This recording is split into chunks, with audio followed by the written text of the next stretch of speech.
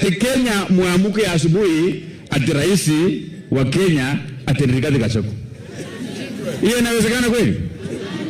Mtu ambaye ni mkabila hawezi ongea kitu bila kusema mlima. Na anasahau kama kuna mtu mjinga Kenya hii ni yule Rigathi Gachagua. Anaongelea Wakikuyu na anasahau hii Kenya Mkikuyu ako kila soko. Hata Misigo Mkikuyu wako, Kimilili Mkikuyu wako. Huyo mtu ni mjinga na ni mkumbavu ya hali ya juu. Ama namna gani? Kama tungekuwa na mtu ambaye inafaa ahubiri amani kwa sababu jamii yake iko kwa kila sehemu ya Kenya, ni huyo Rigathi Gachagua. Kwa hivyo mimi niko tayari. Nikitafuta kiti yangu ya gavana ya Bungoma, mimi nitapiga magoti chini niombe Mwenyezi Mungu.